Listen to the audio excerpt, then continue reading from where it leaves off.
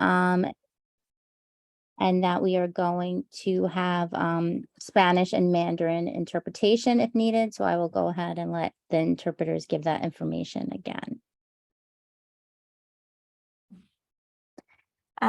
Good evening, everyone. The following message is going to be in Spanish, offering interpretation services.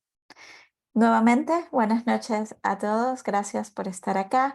Si desea servicios de interpretación en español, por favor marque desde su teléfono al 347-966-4114 e ingrese el número de conferencia 451-727-7, símbolo numeral.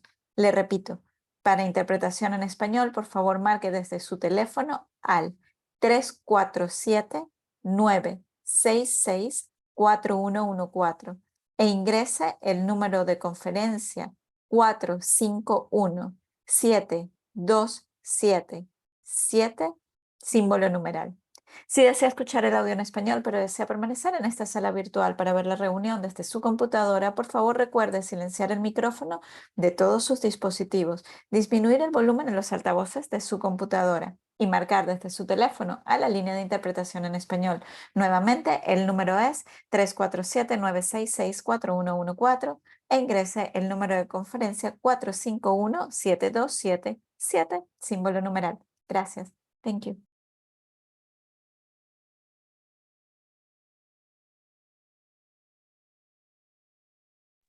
Thank you. And if we can just get the Mandarin information, just repeat it again. Thank you. The following message will be made in Mandarin. 如果你想收听国语翻译，请输入电话号码3479664114，并输入PIN号码230628759，然后按井字。如果你是想收听翻译，同时留在这个 Zoom 会议室上，以便在电脑上收看会议，请把你的电脑和麦克风都调到静音，然后在你电话上输入会议专线。重复一次电话号码3479664114，并输入 PIN 号码230628759，然后按井字。This is the end of the Mandarin announcement. Thank you. Okay, thank you so much, everyone. So I just want to welcome everyone again to the first transition committee meeting for the Citywide Council for District 75.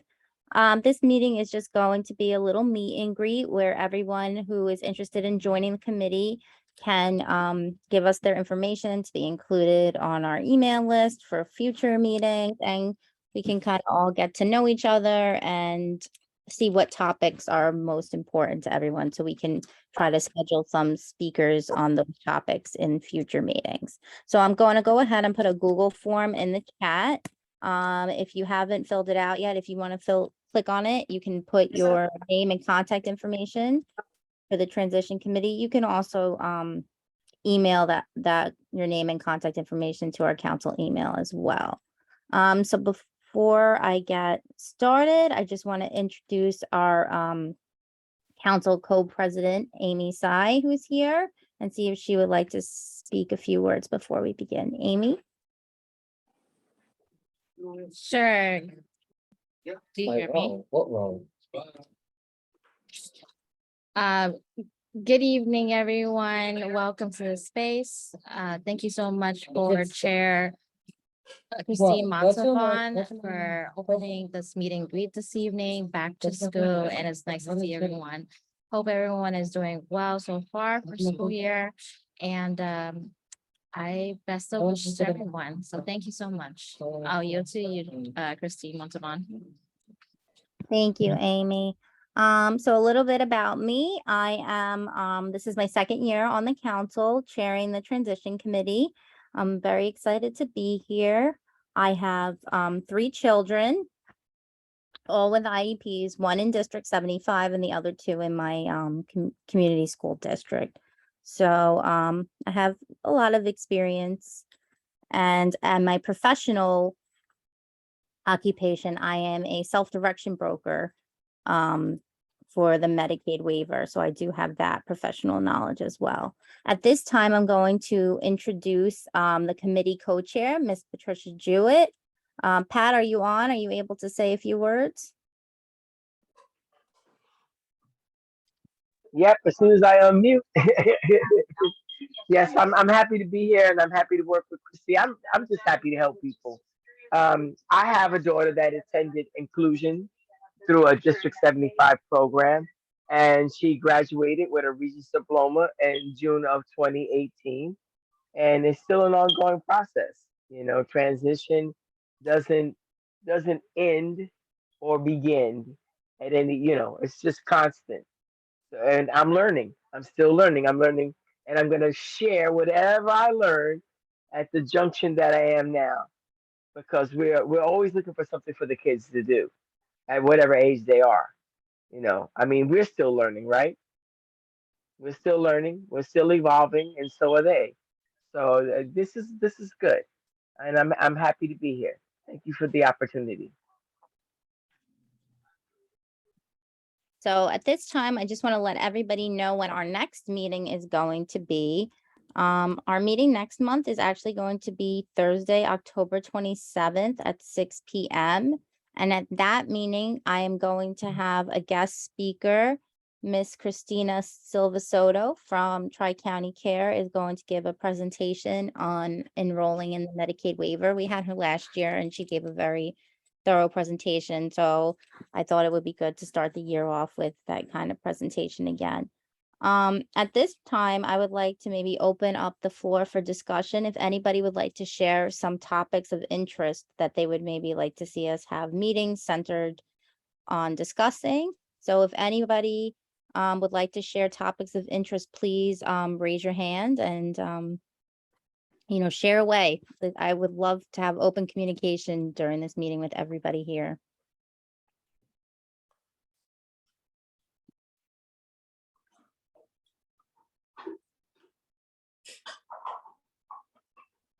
Don't be shy, everyone. Some topics of interest for me, personally. Oh, I see Miss Jewett has her hand up, so I'm gonna go ahead. Yeah. I'm gonna share like you. Some of the things that I found interesting are to think about the avenues and the pathways that our children can follow. Not everybody is college bound, but there are some that are college bound, and we need to look at the transitions for all of the above. Also, the fact that a lot of us don't know or aren't aware, there's no handbook, right? That we should work on making sure that we have a letter from OPWDD. Thanks to Tri-County Care, it took me a minute. It took about a year of them fighting on behalf of Aja, but eventually I got that letter for OPWDD, and it makes a difference. It makes an extreme difference because there's so many things that you cannot get, even if you have private insurance, without Medicaid. So, those are things that I'd like to look at.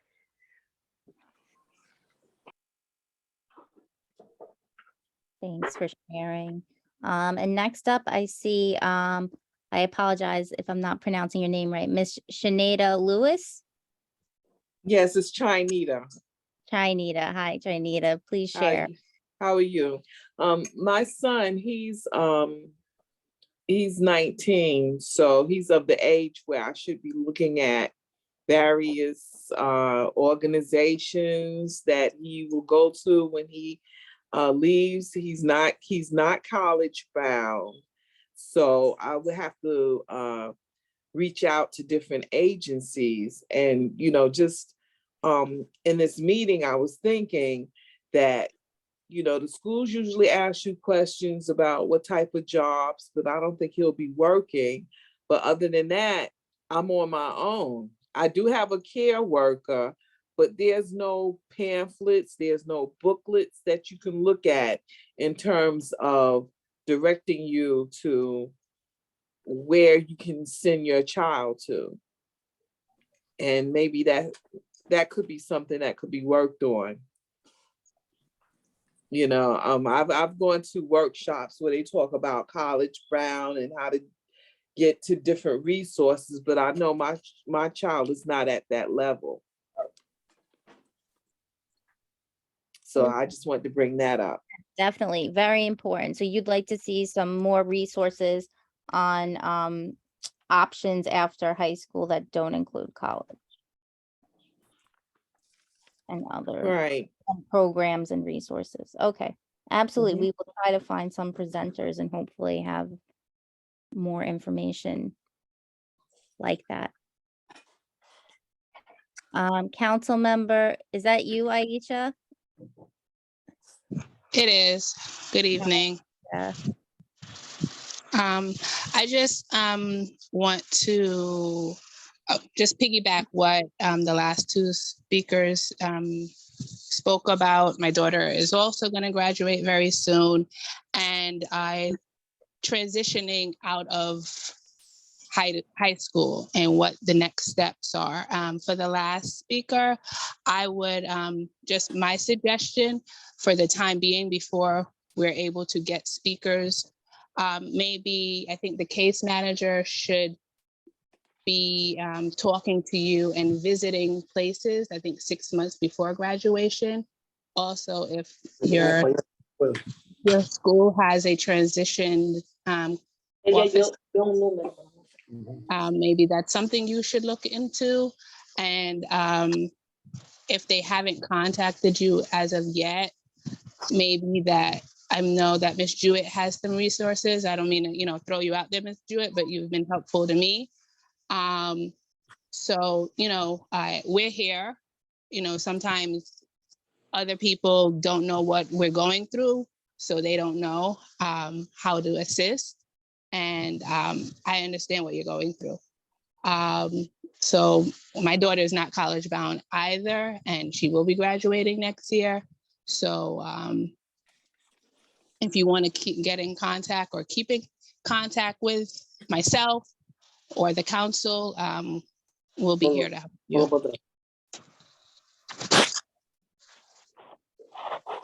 Thank you so much for sharing, Aisha. You're welcome. Next up, we have Audrey's, it says Audrey's iPad. Oh, I'm sorry. Can you hear me? Yes. I need to change that. I'm Audrey Dunlap. I have a 19-year-old son, so I'm kind of in the same boat as the other two ladies that just spoke. I'd like to get information on self-direction, financial planning, and guardianship.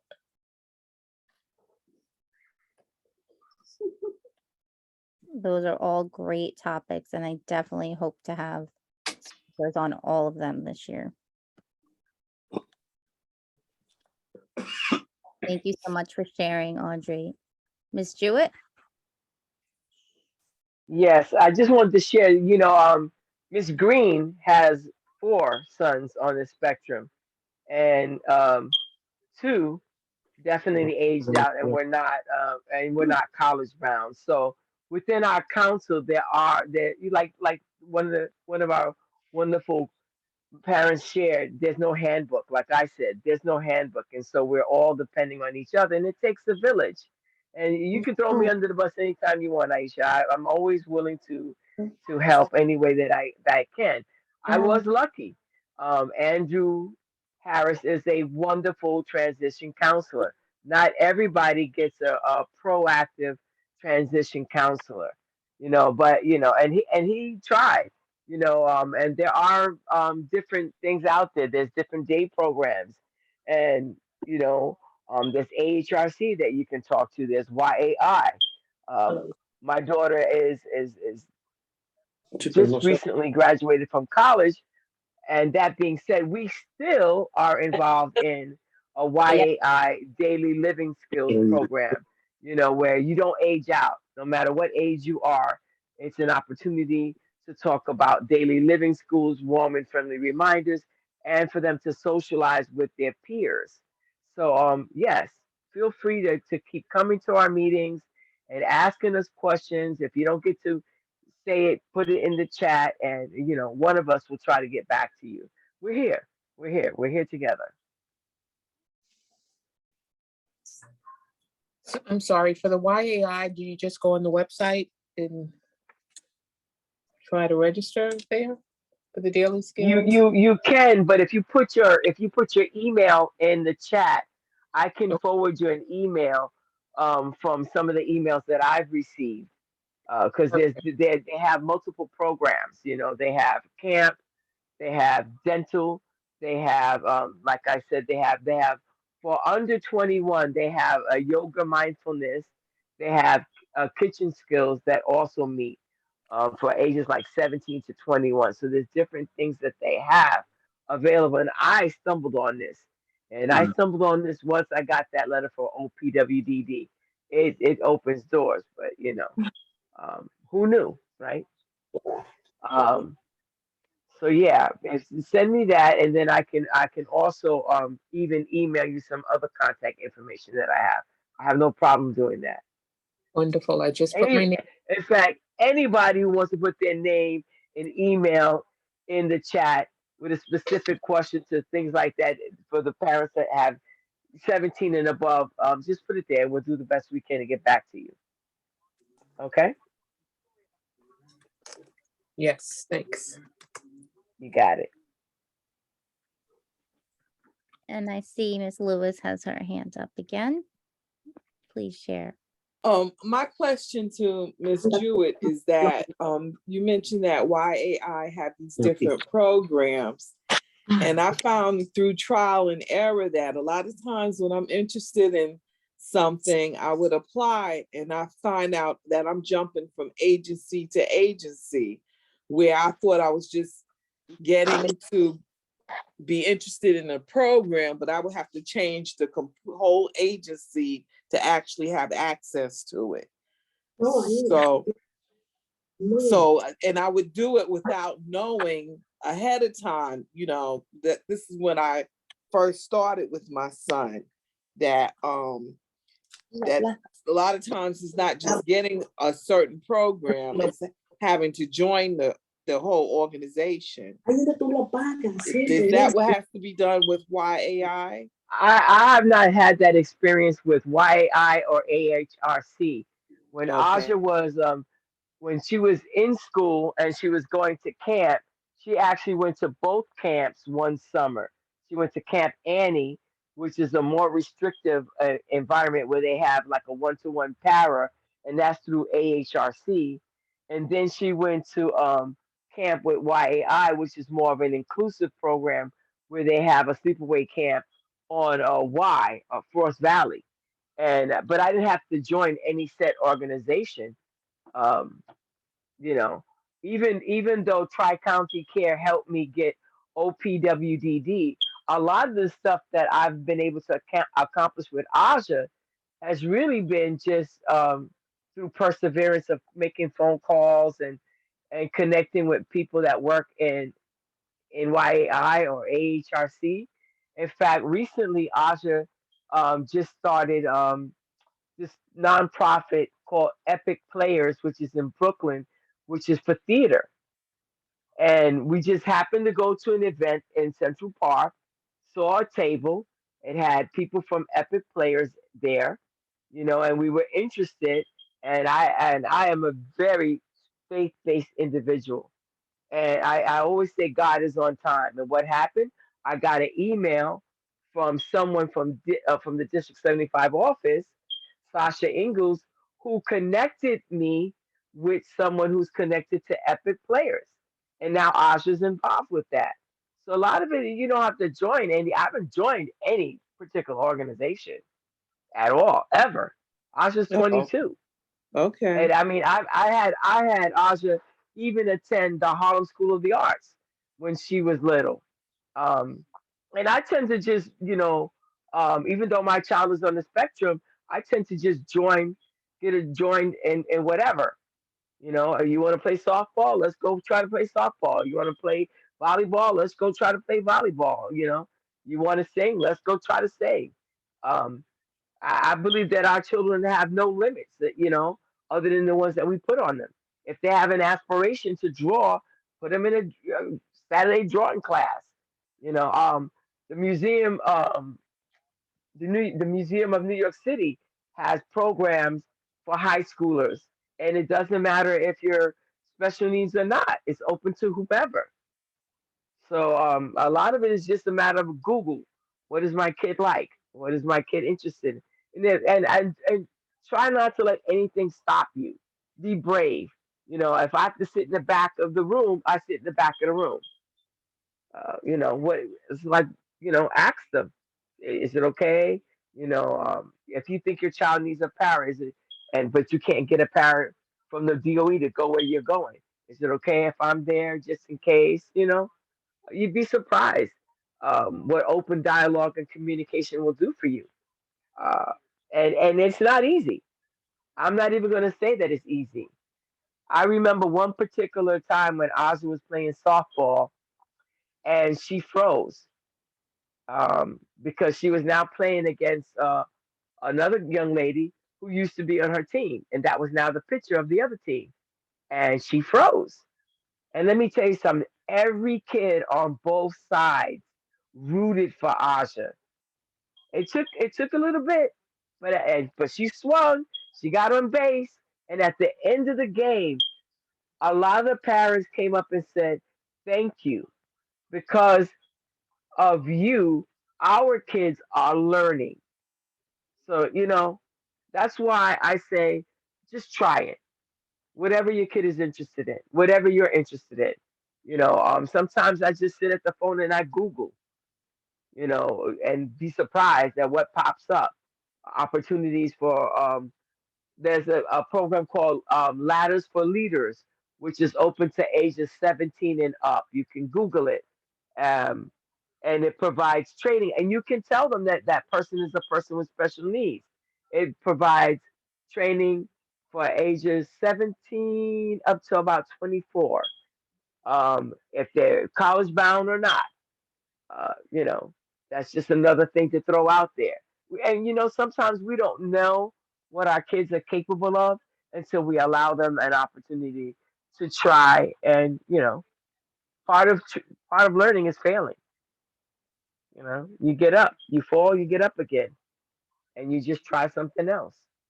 I wanted Aja to go to a 4-year college, but that's not what happened. She had to go to a 2-year college first, but that's okay. You know, I want her to continue. I'm trying to figure out different ways to keep her in a learning environment because school is where she thrives. And a lot of us, we know that our kids are used to a routine. So we're trying to find something that's going to help keep that routine in place to help keep them centered. So let's just continue to talk and figure out what we can do for them. Okay? And Thank I'm gonna put my email in the chat so you guys can just email me some of your questions, and you know, me and Christy can help you figure things out. Yes, thank you You so know, much. And while you were talking, you gave me a few ideas of something that I wanted to share about, because a lot of the things you were talking about are things that can be covered in someone's self-direction budget. So like a lot of those things that you were describing were community classes, which are things that when you have Medicaid waiver and you self-direct your services, you can be reimbursed for community yep. classes like that. And it is so Thank you. it is so important. And it is what's great about it is you really Yeah. pick what interests you, you know, the individual. So if you have someone who's into art, you find a vendor for art classes. If you have someone who I have, you know, I know kids who wanted to go learn archery and they go take archery classes, or, you know, cooking, you know, life skill classes, driver's ed classes can be covered. You know, I know that's a big one for as they're getting older and if they want to try and learn and maybe get a learner's permit, things like that.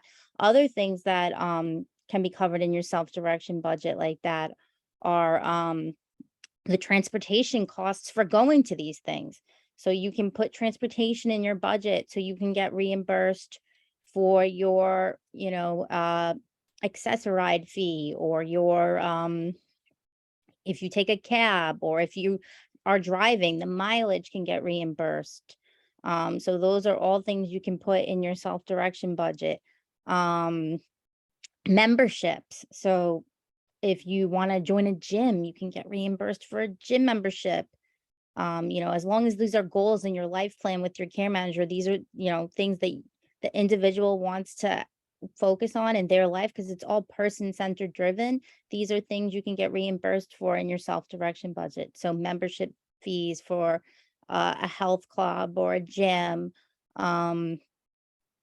things like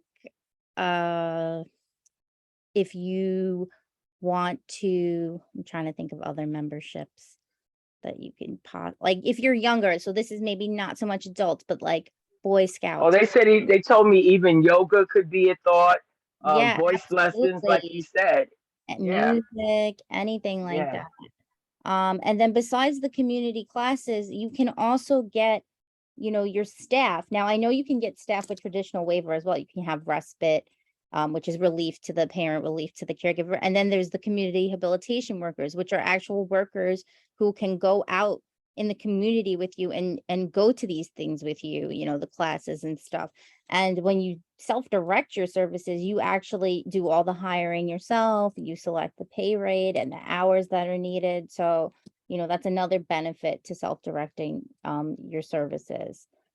In addition to that, there's something called a housing subsidy that you can get in your self-direction budget. And that's, when someone is old enough and maybe wants to try living independently. I know it's scary to think about our kids going out and living independently, but there are individuals who do choose to use a housing subsidy and other means to go and, try to live as independently as possible. So that's something that can be included in your self-direction budget.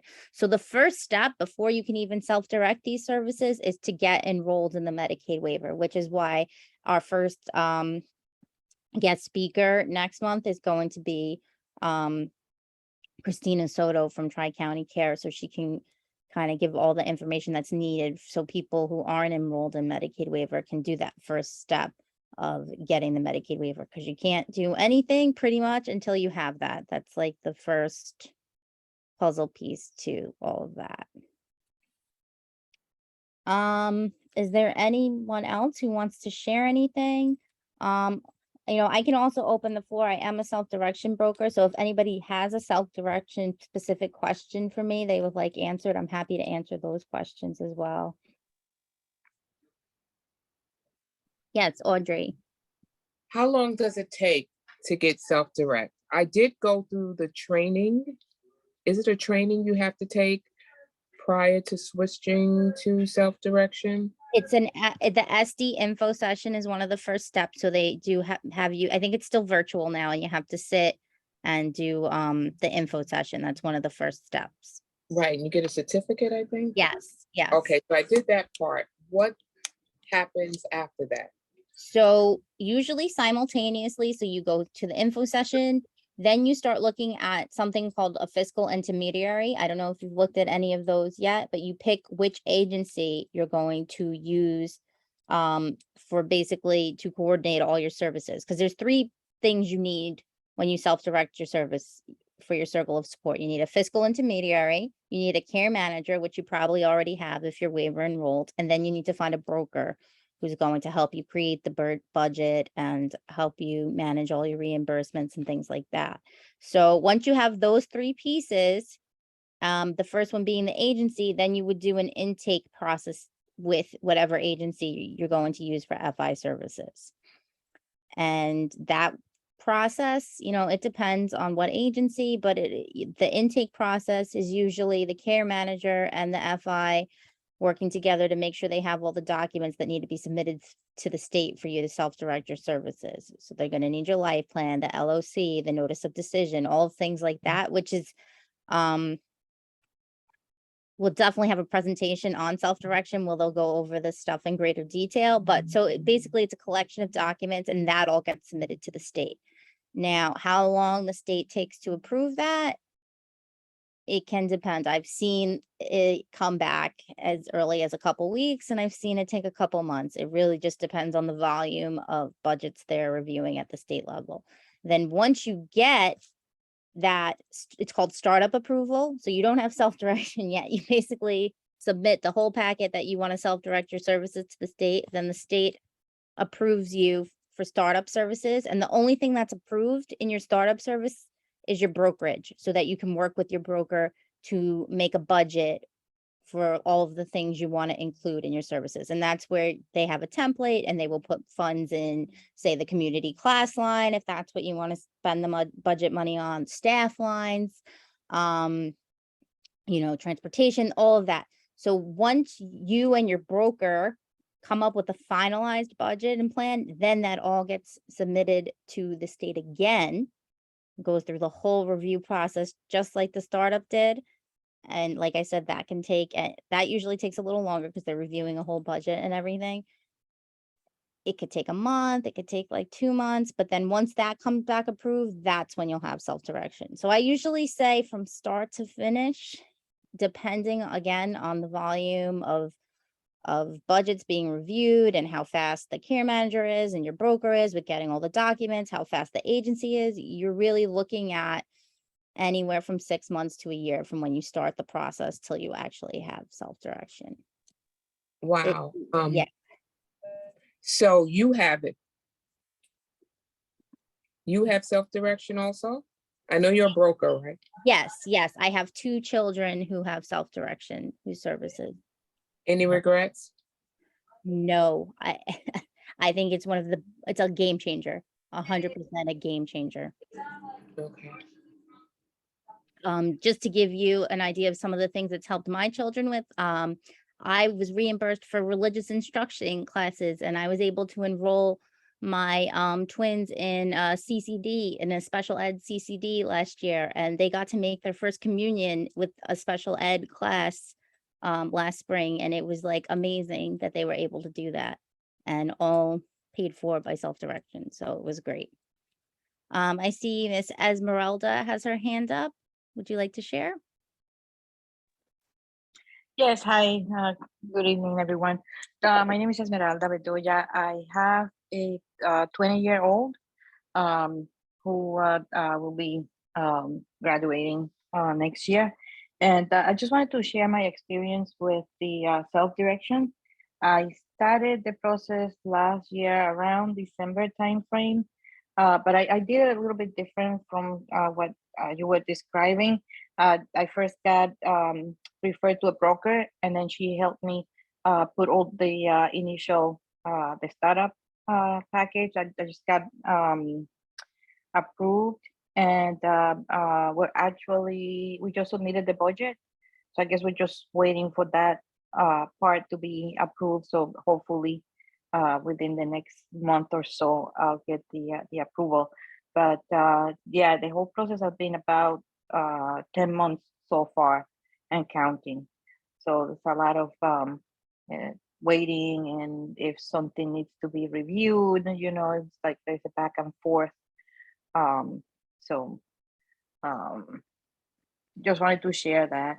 And that as far as the other things that several people were interested in, like the information on what programs are available for when the kids age out of high school. I'm also interested in that because right now my son's definitely not going to college, so I'm trying to figure out what his next step is going to be. And I don't see him like working yet, but certainly looking for like a day hub where they have a lot of activities. I don't want him to just go there and sit down and be doing crafts and art and stuff like that. He'll be bored to death. So something like very substantial where he can actually learn something and be happy and engaged. So I will be looking forward to seeing any presentations on that. That'll be great. Thank you so much Thank for you. sharing. Thank you. And You're now I see we have Miss Gwen Sachs with her hand raised. Go ahead, please share, Gwen. Hi, Christy. How are you? Good evening, everybody. I just wanted to say my son is growing. Oh God, yes, he is. My son is going to graduate next June as well. I have him in a program already. And a friend of mine who's also in the same, who is also in the same program currently, one of the biggest things is if your child is medically involved, it is very important to request a program or look for a program specifically that has a nurse on staff. From what I am told, not all programs have a nurse on staff. So if your child has something such as a seizure disorder or diabetes or receives medication during the day at school and does not give themselves the medication or has the authority to give themselves the medication, it's very important that you look for a program that has a nurse on staff and is willing to give them the medication. Because that's a very important aspect. Because we don't want our kids sitting home then all this time in the school system and with all the therapies and teachings that they have gotten would be a waste. And then it becomes a burden on the family. So I just wanted to throw that out there. And the sooner that your child is going to be graduating, the sooner you should be starting looking for a program. Don't wait till like 3 months before, because ever since the pandemic, it's gotten worse to find a program. Because a lot of individuals that were out during the pandemic came back afterwards. So there were less places to be filled. And if you have to put yourself on the waiting list, the sooner the better. So that was just my 2 cents specifically about the medical aspect. Thank you so much for sharing. Do you have any topics you would like to see the transition committee cover or have speakers on in the next year? Well, I think that a good thing would be is that transition technically happens when they turn 16, in school. But I think there should be a lot of things that are introduced to the kids earlier than transition. I think there needs to be more information pertaining to that and given to parents, or workshops more at a certain age. I'm very blessed to have a great transition coordinator. But I think that parents sometimes are overwhelmed. So I think that there needs to be a packet of information given out to parents at least a year ahead of time, if not more. Because you do have parents, and I hate to say this, I really, really do, but it's the truth. Right, I'm sorry, my son's here. Really, I heard you, Tyler, who wait till the very last minute and then want somebody to do it for them. And then there are parents that will be given the information. Right, Tyler, who get information and they don't review it.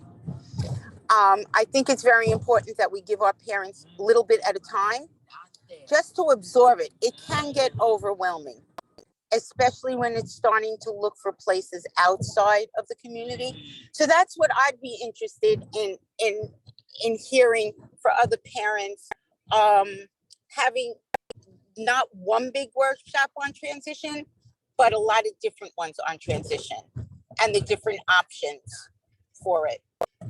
That's what I would like to see. Thank you so much. And definitely, we are definitely going to try to do that. Did I ramble? I'm sorry. Nope. No, that's okay. That's fine. That's what we're here for. Aisha, I see your hand up again. Do you have something you would like to share? Yes, just one thing, just piggybacking off of what Ms. Sachs spoke about. She stated that her son is already in a program, and I just recently learned that you don't have to necessarily wait until graduation to enroll in a program, and that our children could still join a program if they are qualified and if they are accepted into a program that meets your needs, and still participate in graduation, prom, all of the activities. So I think that is something that everyone should know as well, because like she said, it's a long road and you have to find something that's suitable for you, and don't pass it up if it comes up before June of the year of their graduation.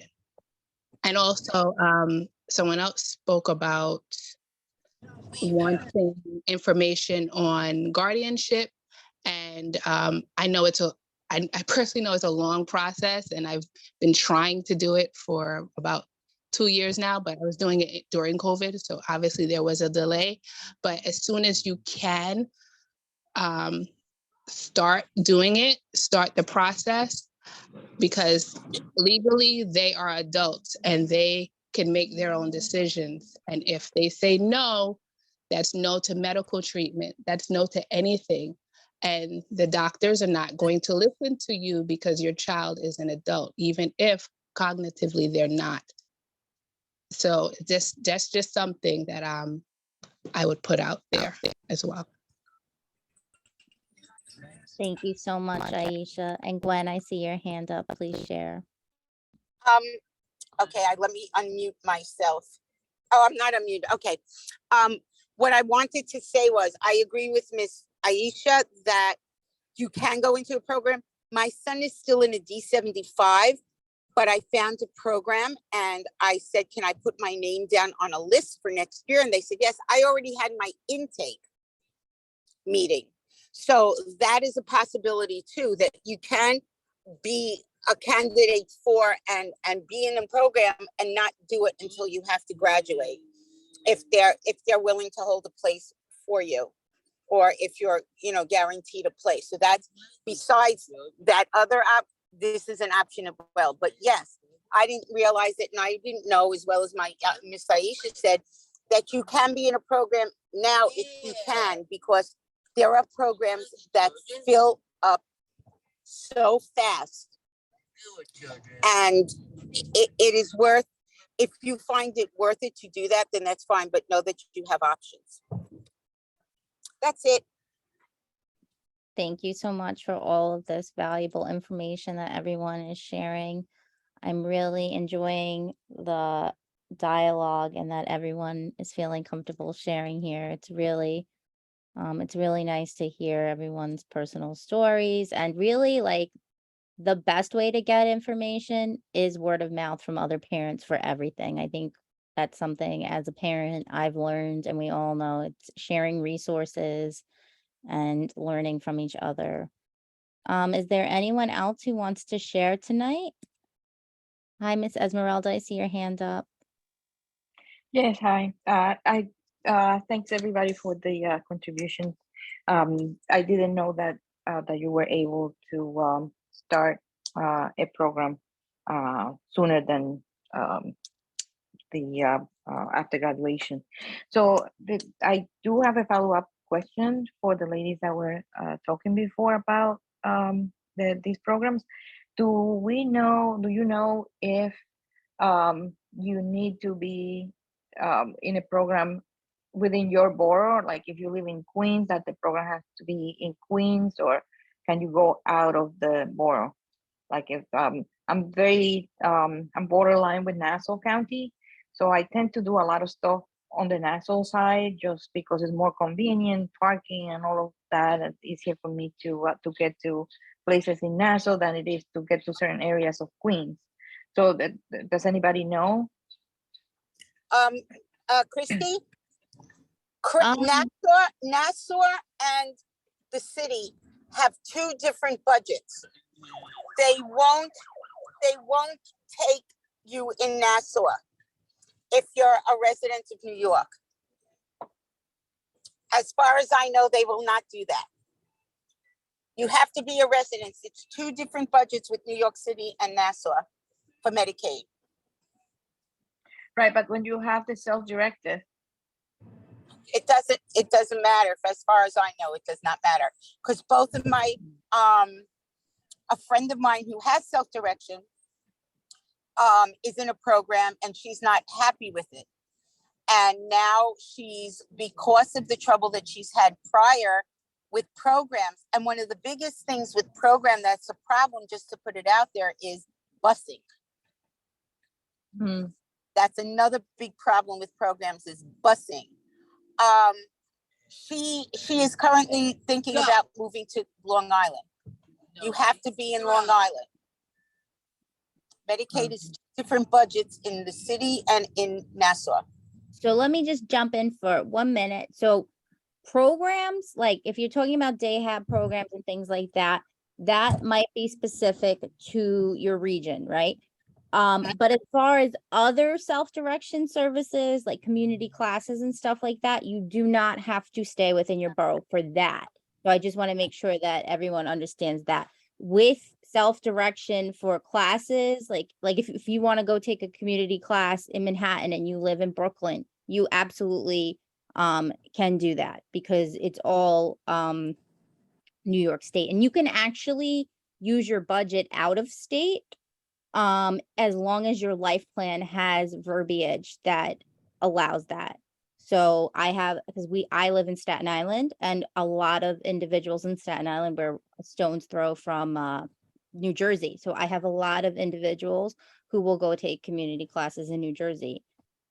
So you can use your self-direction budget in other places, but as far as the programs, that specifically might need to be in your region. That I don't want to give wrong information on that, but I just want to make sure everyone knows that for the self-direction budget, you can use that. And as far as the programs are concerned, as far as I know, Christy, you can have a program anywhere in the city. If you live in Queens, you can go to a program in Brooklyn. As far as I have been told, and as far as I know, it's just the busing situation. And if you are on a bus, you also have to be prepared that it's not the DOE anymore, and that it's going to be where your child may be on a bus for more than an hour and a half. So that's something also where you decide to look for a program. Yeah, definitely. Aisha, hand is up again. Aisha, please share. Thank you.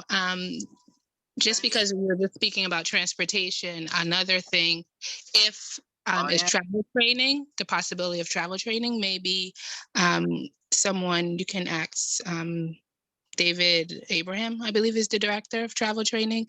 Maybe he can come and speak about the program. Definitely on my topic list. And Gwen, did you have something you wanted to share? Yeah, it's a good thing, travel training. That's another thing I think there should be for transition, that travel training is not only on a bus or a train. There's environmental travel training. There is community awareness travel training. It doesn't necessarily have to be on a bus, because travel training, in my eyes, is not for the majority of the children. So I think people have to be educated that travel training is more than just a bus or a train.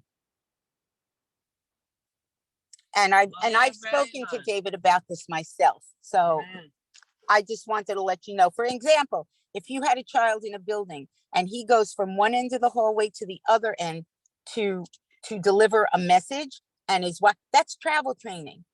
They're learning directions, learning the difference between the first floor and second floor. That's travel training. Going from your classroom to deliver a message in another part of the building, that's travel training. So if your child is not capable of going on a bus, because I know my son is not, but traveling within your environment or learning community awareness is also part of travel training. So I think that would be another good topic, as Miss Husband said, is travel training in all areas. Thank you so much for providing clarity on that. It's definitely good to know. I can't tell if Aisha, Esmeralda, your hands are still up. I don't know if those are from before or you had something new you wanted to share. Sorry, I'll take it down. Esmeralda, do you Sorry. Yeah, I'm sorry. No, that was probably from before. Okay, no And problem. thank you for answering the question. I just want to make sure that everybody who wants to speak is being acknowledged. And I see Miss Jewett has her hand up now, so I'll go ahead and yield to her. Yeah, I just wanted to say that that was an interesting aspect that that was brought up, that Gwen brought up about travel training is not just trains or buses. I would also like to say that travel training office is so small because I put Aja on the list for travel training at the age of 13, and somehow the email requesting that got lost. At the end of the day, I wound up travel training Aja, you know, and you know, so I'm not an expert. I just trained her the best way I could, which means that she could still probably use some travel training, no doubt, you know. But when she was speaking about directions, it's also awareness, you know, like so I'm gonna share a story and I'm gonna make it as quick as possible. So I'm standing at the bus stop with Aja one day. This is a couple of years ago, and Aja says to me, "You know, Mom, the other day when I was standing at the bus stop, this guy stopped in his car and he offered me a ride." Oh, so my heart dropped, you know. So she said, "But I said no, thank you." I said, "Thank you, God." And she said, "Well, I didn't have any money to pay him anyways." So our kids really don't see the dangers that, and maybe that could be incorporated in some kind of transitional training because, you know, they're not in front of us all the time, you know. So, you know, I'm just, she said that and it made me think, wow, travel training is more than just trains and buses. It's also about being aware of your surroundings and, you know, what could or could not happen. Safety awareness. So that would be I don't know how we could do it, but that would be an excellent topic. And I also agree with the fact of sound bites, you know, because most of us as parents were overwhelmed with what we're doing, you know. I mean, I know I am most of the time. So, you know, being a mom, a full-time mom, is not easy for anybody.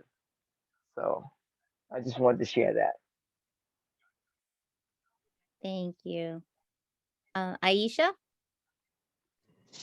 Yeah, so travel training, my daughter just started it and she went to pre-travel training, and safety is a part of it. And they do have examples and they do train them if a stranger comes up to you. Even, and who is a stranger? If you see this person every day at the bus stop, the child may think, oh, I know him, I've seen him, I've spoken to him, or I saw him with Mom. That's still a stranger. So they start with safety first. And it's not only going on the train and traveling, it's also traveling in your building, traveling in your community. And I think that's incorporated in travel training. And you have to be able to pass these stages in order to move on to actual movement in the community. They have to feel that you are ready to, and that you understand what being safe is, and understand that she's right not to go, but understand the dangers of speaking and going with other people. So I think those things are incorporated, at least now they're incorporated in the travel training program. And I think I have a list of also things that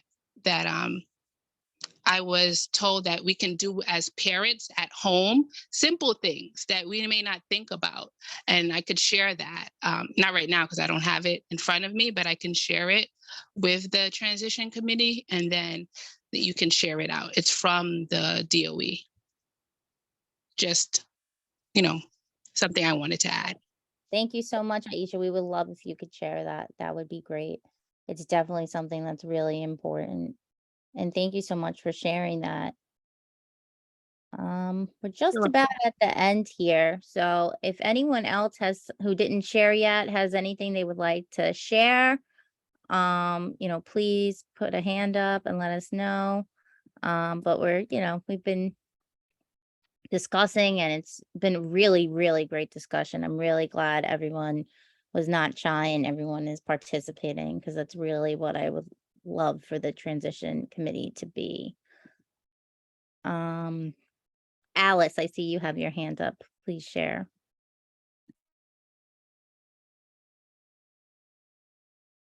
I'm sorry, I had to unmute. My 11-year-old had to remind me.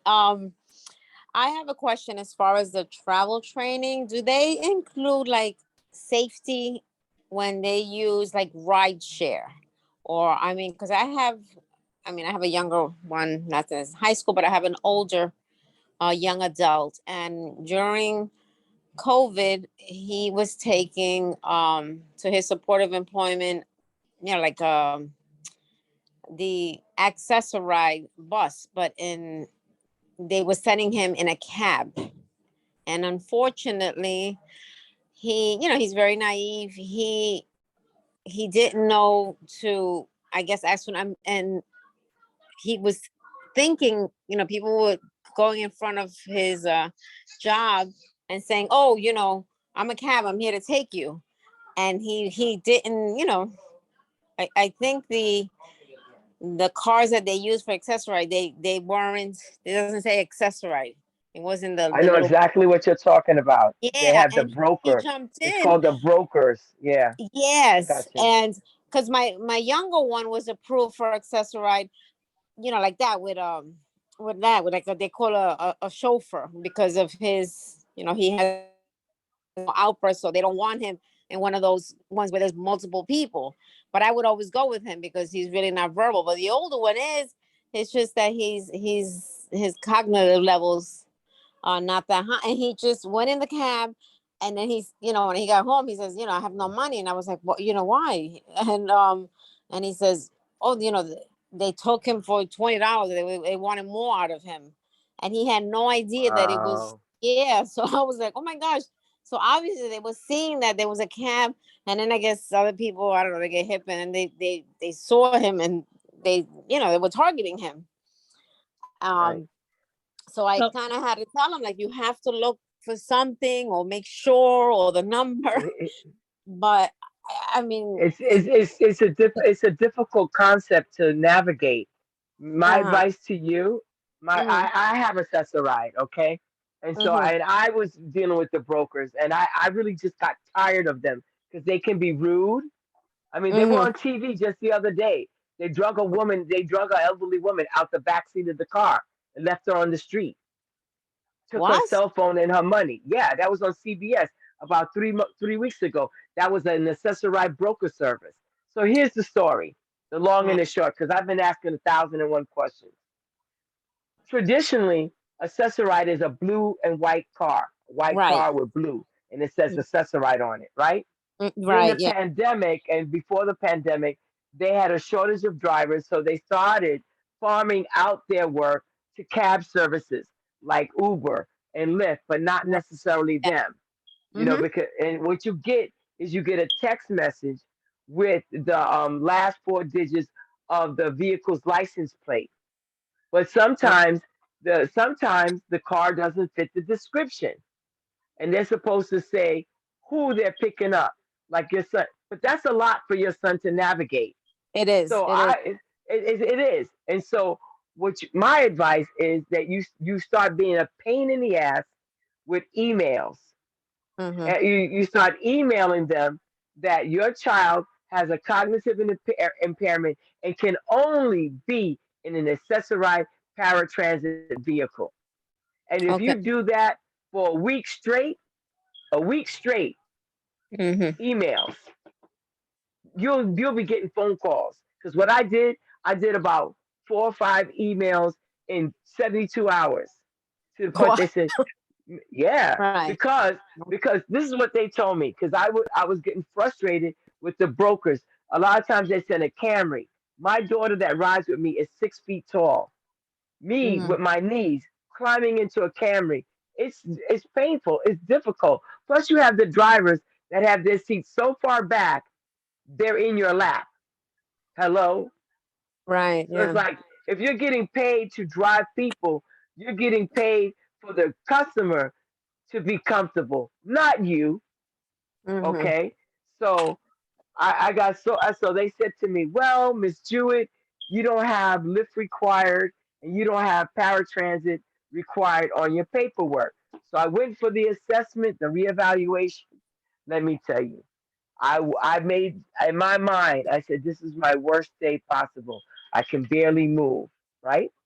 So then I got upgraded. I got lift required and I got PCA because I go nowhere without one of my daughters with me. I never travel alone. So now I got lift required and PCA on my paperwork. So I'm supposed to automatically get a blue and white car. Automatic. Well, it didn't happen a couple of times. You know, they started playing, well, you used to take this. Listen. I went through all this trouble because the brokers are dangerous. They're dangerous. I said, and I keep telling you, what's going to happen is ambulance is going to have to come and get me out of one of those broker cars. So I did the emails, like I'm telling you, a lot within 72 hours to the point where they said, Miss Jewett, please give us 24 hours. We're working on it. And I'm going to tell you, knock on wood, I got to find some wood. I, one out of 10 times I see a broker now. 1 out of 10.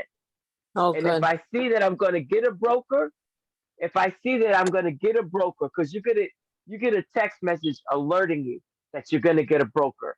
If I get something like that the night before, if my trip is like 10 o'clock in the morning, at 7 a.m., I'm on the phone telling them, no. You have to babysit it because thank God your child got home in one piece. Yeah. Thank God that it was only $20 that they're missing. And so my thing is, you know, and when I'm out in the paratransit, I will see them go and pick up other young people from day halves. And I always am happier seeing that. When I know that somebody that's young and has a cognitive impairment is getting picked up by a broker, I start getting nervous because I know, you know, so this is just my advice to you on how to advocate. And it's easy. You know, you can just go on your phone, do a search, MTA, they give a line that drops down, paratransit, click on that and click complaint and start complaining. Tell them how your child got picked up by the wrong person, you know, because they don't have anything signifying. That's not your fault. That's not your kid's fault.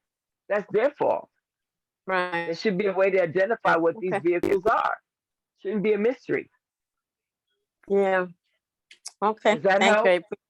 Yeah, that helps.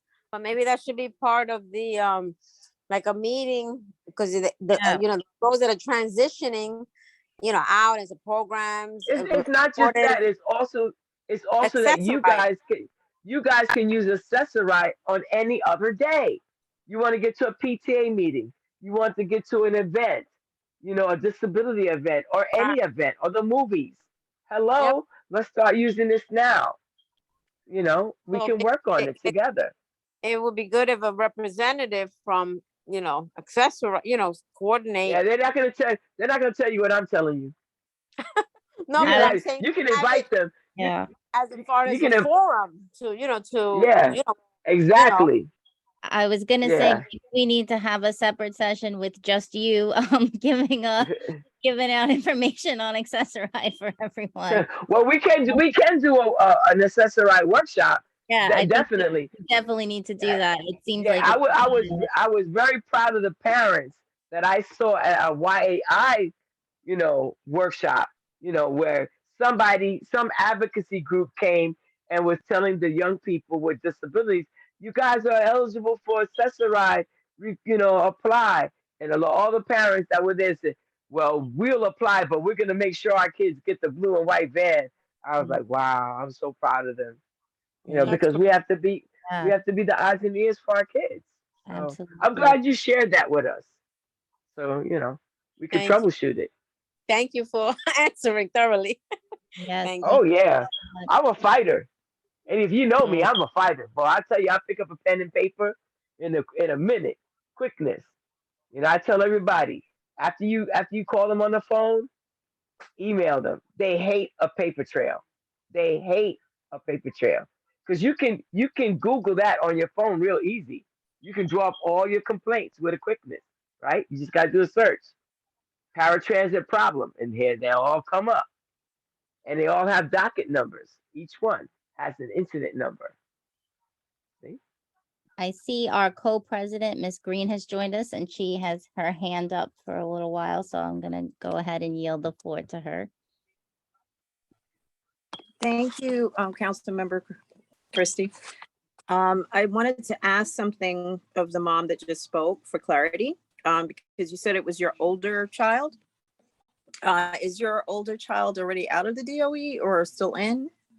No, he's out. He went through D75 and then from there he graduated. He joined a supportive employment with one of the Okay, agencies. so the reason I'm asking, right, Mhm. because I am a mom of 4 D75 children, one that's still in school, the other 4 have been out. The other 3, sorry, the other 3, I'm giving myself more kids now. The other 3 have been out. And when the kids, and if you're getting supported employment through an agency of some sort, Right. you know, what happens is the busing and stuff that some of them were providing does not come from OPT. It's a totally different agency. It's called IATS. It's called Interagency Transportation when they're 21 and up and they're at those programs. What you could do is they once a month, the IAT people meet. It's very hard to get parents to come out and complain about the transportation issues that were happening. This is before COVID. It was hard to get parents to come out and complain because a lot of them, the kids are over 21 and, you know, the parents are either working or doing other things. So they really can't get to a lot of these meetings. But Right. that's one of the places too that the state is really trying to take information so that they can take, because if there's no complaints, nobody's ever going to change anything.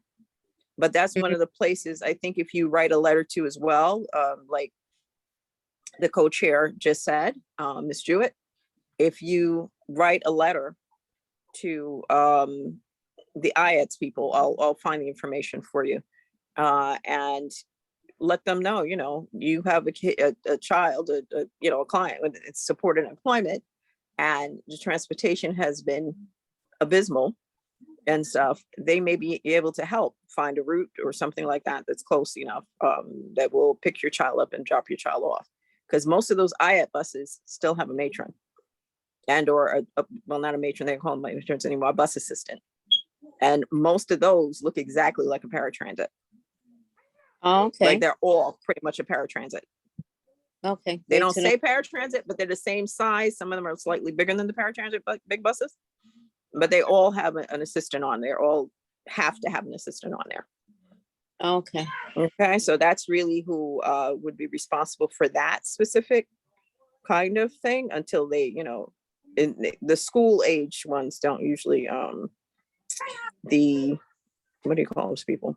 The people that work in the office of travel training don't necessarily always deal with the paratransit issues like that. You know, they usually deal more with the bus and the train stuff and they tell them stuff about the bus and the train.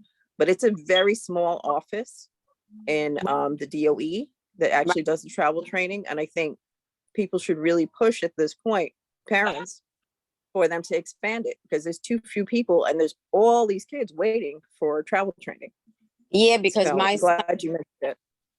yeah, he was, you know, travel trained successfully through, you know, D75 when he was going, you know, because he had to go from what, Kennedy to like Infotech to, you know, a couple of community schools and they did a wonderful job. But then it was after, you know, going to work. I mean, they did it, but, you know, the pandemic changed all that. The mode of getting to work, you know, had to change, you know, and it was kind of like, I couldn't go with him, you know, I'm so he's supposed to have a PCA. I couldn't, you know, so it was, you know, he pretty much left to his own devices and every day was, oh my gosh, he's going to get this. He okay is, you know, and, you know, sometimes he worked night hours. So that's, you know, it is, but yeah, so that'd be great. I'll look into that. IAT. All right. Okay. Thank you. Thank you. Thank you so much for all sharing this valuable information. If there's anyone else who would like to share, I'll give one last, if anyone has anything they want to share before we wrap up, please raise your hand. If not, we're probably going to wrap up kind of soon, because we've been at this for over an hour. I know the time has kind of flown, which is great that we're having these really productive conversations. And just a reminder, our next meeting is going to be October 27th at 6 p.m. And we're going to have a speaker on enrolling in the Medicaid waiver. So if that's a topic you're interested in, please join us. Even if it's a topic that you already know a lot about, it never hurts to have a refresher as well. So please, you're welcome to join us for that. And then hopefully we can get some future meetings on all these really great topics as well. Any council members have anything they want to share before we wrap up? Amy, Celia, Aisha. I don't know if Can I just say, it's Celia again. Yes. Thank you, Christy. Thank you, Pat, for, always being willing to bring information and share information with parents. I know it's not always easy to do, but sharing the information and getting accurate information to parents is like the most important thing. And for the past year and going on to the next this year, coming into this year, you've always been willing to share and share accurate stuff. And that in itself is invaluable. So I just wanted to say thank you. We like doing this. Right, Christy? Yeah, like helping. everybody does it. Yeah. You'd be surprised at how many roadblocks parents find on the way. So I'm really glad that this is a place where people are willing to share. I remember, like I said before, I've been, a parent with special needs children since my first one was born in 88. So it's like 89. So from that 89 to now, I've had many different experiences with my 4 young men on the spectrum. And I have met many parents that were not as fortunate as I, didn't run across the councils, didn't know where to get information from. That's like the biggest thing, I think, and for parents with children with special need. It's where you can get information, but it's not all accurate. You can go on the net and it's not all accurate. So like, where do you get that from? And to have that sense of community and for someone to be willing to share their experiences and what they know and not just, not say anything. To me, that's a big deal, that people are willing to put themselves out there on behalf of other people and just, advocate and help people learn how to advocate for their children. All right. So thank you again. I'll shush now. Thank you. Oh. That was very nice to hear. Alice? Oh, I'm sorry. As far as you were just saying about the information, now that Zach's been in high school for the last 2 years, I haven't seen anything. Like, I used to get a directory of like all providers. I mean, many years ago, it used to be given out by, I forgot the name of the agent, Resources for Children, and it had every borough. And then the school would make us copies of individual, just each borough instead of the whole city, or pertain, like Queens. And now, since he's been in high school the last 2 years, I see nothing. So if anybody knows, is there a web page where you can find this directory that states all the DD, every borough, every county? Does anyone know where I will be able to find that and maybe download it myself?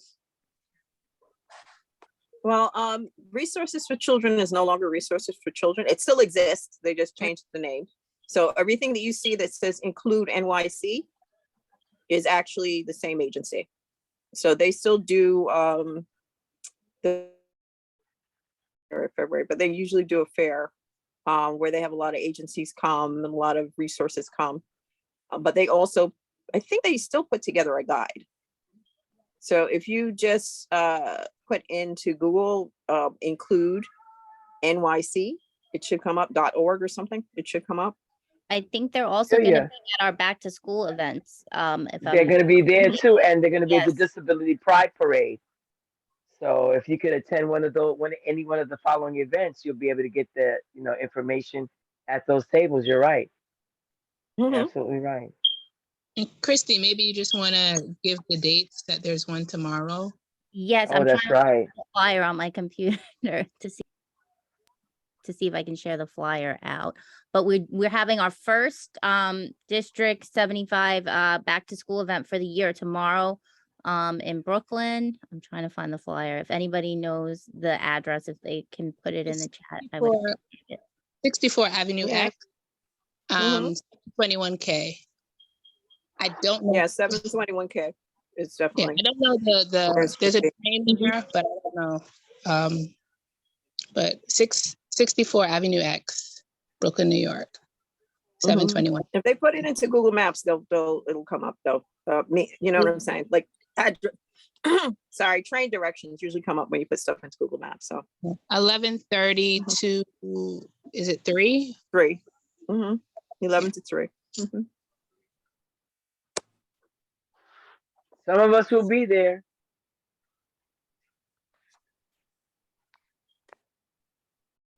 Oh, there you go.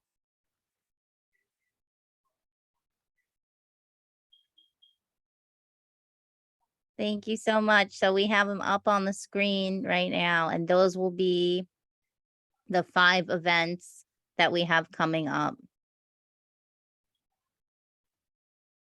And there will be a lot of resources at these events. So if you are able to attend one in your borough, I highly recommend coming out.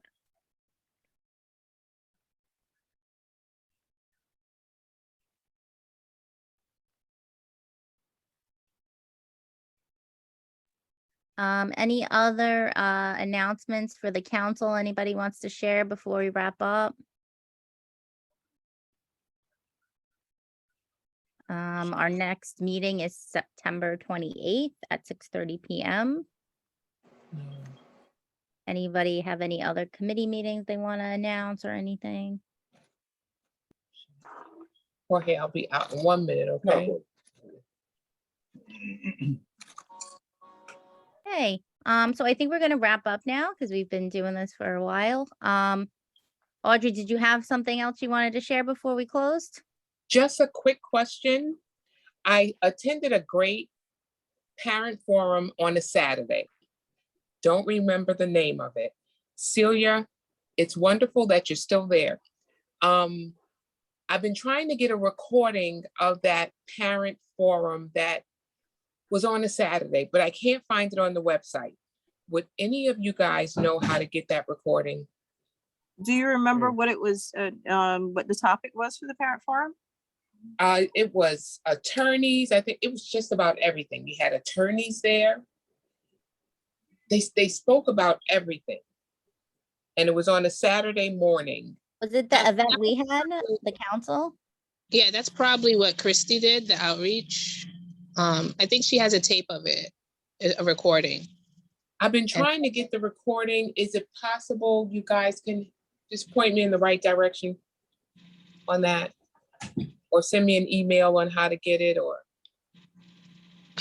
Christy, maybe she can leave her email and then we can have Christy Angel. Yes, I have her email recorded. I'm gonna go ahead and reach out to our outreach committee chair, Miss Christy Angel, and see if she has the recording. And if she does, we will email you with how to access it. Okay, perfect. Thank you so much. I'm sorry to interrupt you again. No, no worries. Audrey, Yes. Is it Audrey Dunlap? Yes, it is Celia Green. Audrey, oh my I God, know. how are you? I know. God bless you. I'm just so glad you're still on the grind, still doing what you do. Doing a magnificent job, as always. Thank you, thank you. Audrey is a former member of CCD 75.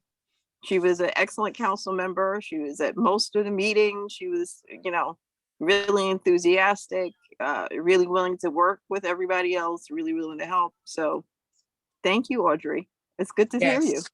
You too. Awesome. Okay. And I just want to thank you everyone for coming and attending tonight and sharing. It was a really, really great first meeting. I'm really Excited that we have a lot of topics to dig Oh in. yeah, Um, I'm agreeing. do you have anything you want to say before we close Nah, I out? just want to ditto. I agree with you 110%. This was awesome. Really was. Co-presidents, do you have anything you want to say before we close out?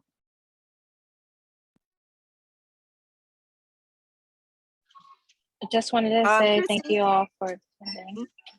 And thank you, co-chairs, Christine Montalvan and Patricia Jewett. Thank you for hosting today. And everyone have a good night. Good night, everybody. Stay safe. Enjoy your weekend. Hope you can make it tomorrow. good night, ladies. Good night, Okay, good night, everyone. everyone. Good night, everyone. Good night. Thank you.